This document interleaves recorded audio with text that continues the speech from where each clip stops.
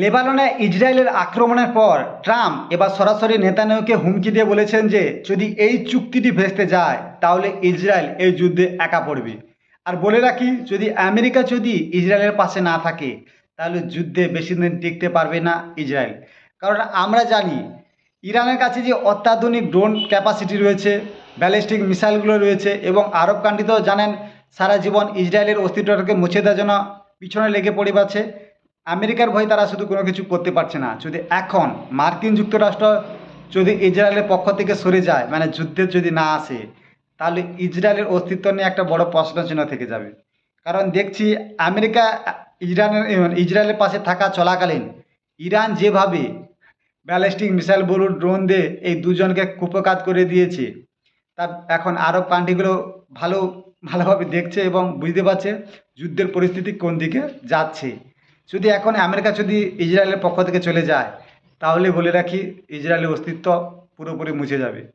আর এই ইরান যুদ্ধে আমেরিকাকে নিয়ে এসেছিল ইসরায়েলের যে প্রেসিডেন্ট নেতানিয়াহু, তিনি আমেরিকাকে আশ্বাস দিয়েছিল যে ইরান 7 দিনের বেশি যুদ্ধ চালাতে পারবে না। এই 7 দিনের মধ্যে তাদের যে পরমাণু অস্ত্র তৈরিকার যে প্রোগ্রাম পুরোপুরি ইসরায়েল আর আমেরিকা মিলে নষ্ট করে দেবে, এবং তাদের যে ব্যালিস্টিক মিসাইল তৈরি করার যে প্রোগ্রাম সেটাকে নষ্ট করে দেবে। আর যে তাদের যে ইহুতি আর হিজবুল্লাহ যে গোষ্ঠীগুলো রয়েছে তাকে পুরোপুরি নিশ্চিহ্ন করে দেবে লেবাননের ভূমি থেকে।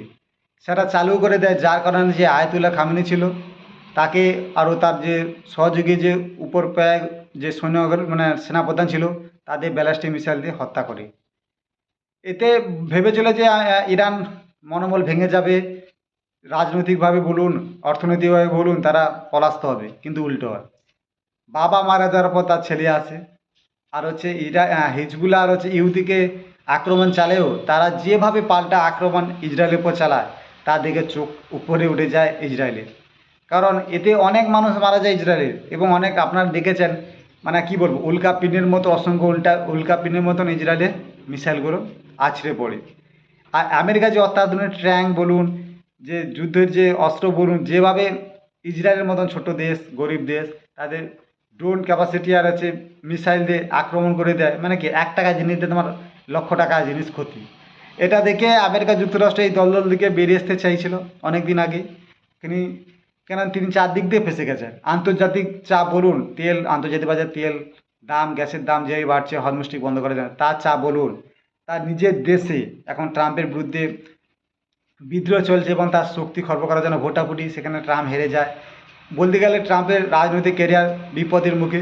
এই সব দল থেকে বেরিয়ে আসার জন্য তিনি চুক্তি স্বাক্ষরও করেন, চুক্তিটি হয়ে যায়, কিন্তু ইসরায়েল আক্রমণ করেছে চুক্তিটি ভেস্তে দেয়, যার কারণে ট্রাম্প ক্ষুব্ধ। আর অন্যদিকে ইসরায়েলের প্রেসিডেন্ট যে নেতানিয়াহু, তিনিও বাধ্য যুদ্ধ করতে, কারণ 2023-এ যখন হামলা চালায় হামাস, তখন তার জনপ্রিয়তা প্রায় শূন্যর পথে, এবং নেতানিয়াহুর মানে উপর ভ্রষ্টাচারের কেসও লেগে আছে, যার কারণে তিনি যতদিন প্রধানমন্ত্রী আছে তার উপর কোনো এরকম কেস টেস মানে ওই হবে না আর কি। সেই জন্য তিনি জনপ্রিয়তা ফিরে পাওয়ার জন্য লেবানন আর বলুন ইরানের উপর আক্রমণ চালিয়েছে। কারণ ইসরায়েলিবাসী চায় কোনো মুসলিম কান্ট্রির কাছে ঝুঁকতে না। আর ইরান একটি প্রথম দেশ যে ইসরায়েলকে ঝুঁকে দিতে বাধ্য করে। ইরানের যে ব্যালিস্টিক মিসাইল বলুন, ড্রোন বলুন, ইসরায়েলের উপর যেভাবে লাগাতার আক্রমণ চালিয়েছে, তার জনগণ এখন ভয় কুপোকাত। তারা চাইছে ইরানের মতন দেশ যদি এইভাবে করতে পারে, মানে এখন পরিস্থিতি যেটা, তাহলে ভবিষ্যতে কী হবে, এই ভয়ে তারা চাইছে যে ইরানকে পুরোপুরি ধ্বংস করতে। আর জানে রাখি, নেতানিয়াহু তার গদি বাঁচাতে হলে তাকে যুদ্ধ চালিয়ে যেতে হবে। আর ট্রাম্পকে যদি তার গদি বাঁচাতে হয়, মানে রাষ্ট্রপতি পদ থাকতে হয়, তাহলে যুদ্ধ দ্রুত বন্ধ করতে হবে। আন্তর্জাতিক বাজারে যে সমস্যাগুলো আছে সেগুলো মেটাতে হবে। মানে দুজন আলাদা ভিন্নভাবে, একই জিনিস ভিন্নভাবে চাপের মুখে। তো দেখার বিষয়, যদি ট্রাম্প যদি বলে দেয় ইসরায়েলের পাশে নেই, তাহলে ইসরায়েলের অস্তিত্ব নিয়ে একটা প্রশ্নচিহ্ন থাকে যাবে। আর নেতানিয়াহু যদি তার গদি যদি বাঁচাতে চায়, তাহলে যুদ্ধ করতে হবে। এবার চুক্তিটা তো ভেঙে যায়, তো দেখার বিষয় এবার কী হয়, কারণ ইরান ছাড়ার পাত্র না, যে কোনো মুহূর্তেও ইসরায়েলের উপর আক্রমণ চালাতে পারে। তো আপনারা নজরে রাখুন, আর ভিডিওগুলো ভালো লাগলে অবশ্যই সাবস্ক্রাইব করে দিতে থাকবেন। বাই।